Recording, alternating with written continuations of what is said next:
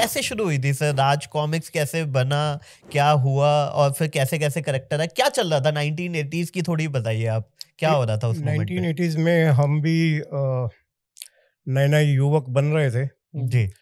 और हमें भी जो पसंद था वो कॉमिक्स पढ़ना पसंद था। अच्छा। तो जहाँ भी कॉमिक्स मिले, वो चाहे मैगजीन के अंदर हो, न्यूज़पेपर में हो, उसमें कॉमिक स्ट्रिप भी हो छोटी से छोटी थी, जी। तो वो पढ़ा करते थे। बहुत मज़ा आता था, अच्छा। बहुत दीवानगी थी।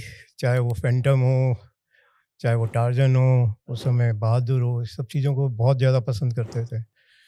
तो उन्हीं दिनों दूरदर्शन पे एक एनिमेटेड सीरियल आता था स्पाइडरमैन का। अच्छा। तो उसको देख के जो है हम एक अलग ही दुनिया में पहुंच जाते थे। लगता था हाँ, ऐसी ही कोई दुनिया होनी चाहिए जिसमें एक ज़रूरत पड़े एक मददगार आए और बच्चों का साथ लेके बाय करके हेलो करके चला जाए। वो चीज़ इतनी दिल को अंदर लगी कि लगा नहीं, हमारे हिंदुस्तानी बच्चों के लिए भी एक ऐसा सुपर हीरो होना चाहिए। हालांकि सुपर हीरो कोई बाउंड्रीज नहीं मानते, वो सभी के हैं, इंसानियत के हैं। तो लगा कि हाँ, कोई एक ऐसा अपना इंडियन सुपर हीरो होना चाहिए जिससे कि हम कह सके कि हाँ, ये हमारा फ्रेंडली नेबरहुड है, राइट, हमारा सुपर हीरो है। तो यहाँ से ये विचार जन्मा, जिसमें निकल के आया नागराज का एक आइडिया। पहला नागराज का। तो जो हमारी राज कॉमिक्स की शुरुआत होनी थी वो एक्चुअली नागराज से होनी थी, लेकिन नागराज बनने में समय लगा। और उससे पहले गगन और विनाश दूत, ये दो पहले सुपर हीरोज। अच्छा, ये पहले आए थे?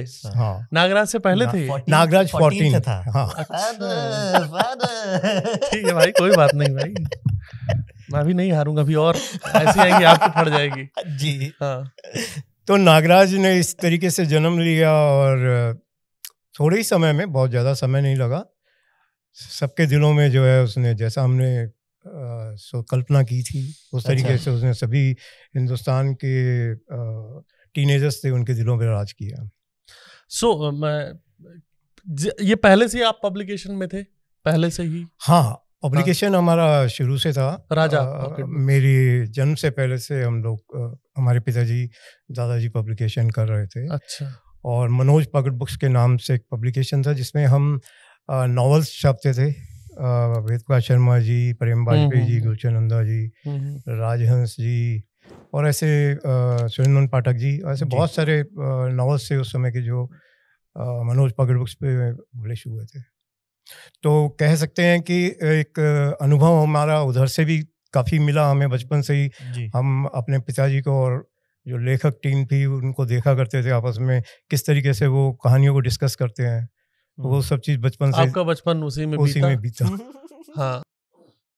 और ये कैसे पता चला कि नागराज जो है हिट हो चुका है? मतलब जैसे हम तो वीडियो डालते हैं कोई, हाँ जी, और उसके बाद व्यूज आते हैं या कमेंट आते हैं या बहुत शेयर होते हैं, तो अभी इंस्टेंट हमें पता चल जाता है। पर उस टाइम आपने किताब छापी, उसके बाद कैसे आपको पता चला? प्रिंट रन से।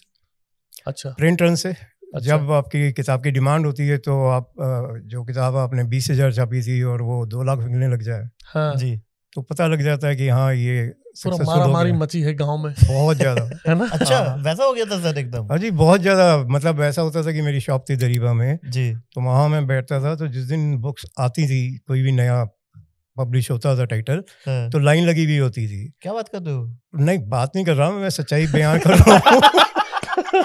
लाइन भी ऐसे लगती थी कि 5-6 शॉप आगे तक, जैसे आजकल अरुण साड़ी के शॉप के आगे लगती है। अच्छा। तो वो सारे परेशान थे। दरीबा में छोटी सी गली है वो, और उसमें जो भी रिक्शा विक्शा पे जाते थे लोग बाग, वो हैरानी से देखते थे, और वहाँ से आवाज़ आ रही थी, क्या फ्री बट रहा है क्या? क्या कुछ फ्री बट रहा है? तो ये हालत थी। ये रिवॉल्यूशन ही था। और क्या होता था कि बहुत सारे लोग, जिसकी पहला नंबर आ गया, वो कॉमिक्स के 5 सेट की जगह 20 सेट खरीद के ले जाता था, और शॉप के सामने खड़ा होके वो रीसेल कर रहा होता था। तो ऐसा होता था। अरे ये तो बहुत ही क्रेजी। बड़े डिस्ट्रीब्यूटर्स जो होते थे, तो जैसे माल आता था टेम्पो में या जिस भी उसमें, तो वो बाहर के बाहर ही बिक जाता था, उसके पैसे। अच्छा, हाँ, पैसे पहले से। हाँ, आपने कभी वो जगह देखी जहां कॉमिक्स बिक रही है? कभी ऐसे जायजा लिया कि यार कहाँ बिक रहा है ये, या ऐसे आपको पता चलता था कि ये भाई बिक रहा है? क्योंकि वो तो नंबर्स तो कम होते जा रहे हैं कॉमिक्स के। नहीं, मेरे को जायजा लेने की जरूरत नहीं थी, क्योंकि कॉमिक्स तो बिकती जा रही थी, बढ़ती जा रही थी उसकी सेल। अच्छा, तो उतना समय नहीं होता था। मैं सुबह 7 बजे शॉप पे जाता था और मैं शायद 11 साढ़े 11 बजे शॉप से निकलता था, जब पूरी की पूरी मार्केट बंद हो चुकी होती थी। अच्छा, उस समय निकला करता था मैं। तो टाइम नहीं था, लेकिन फिर भी मैंने बहुत सारी सिटीज़ को विज़िट किया हुआ है, जिसमें रांची है, पटना है, गोरखपुर है, जहाँ जहाँ पर भी सेल्स थी, भोपाल है, इंदौर है, कलकत्ता है। मैं एक बार विजिट पे गया था। तो वहाँ मैंने देखा था लखनऊ, कानपुर वगैरह में किस तरीके से वो छोटी छोटी सी शॉप में कॉमिक्स लगाते थे। ये डायमंड कॉमिक्स की लाइन लगी हुई है, इतनी ऊंची, मतलब हाइट से भी ऊंची।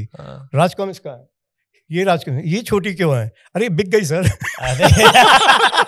मैं भी वही सोच रहा था कि सडनली सर क्या बोल रहे हैं।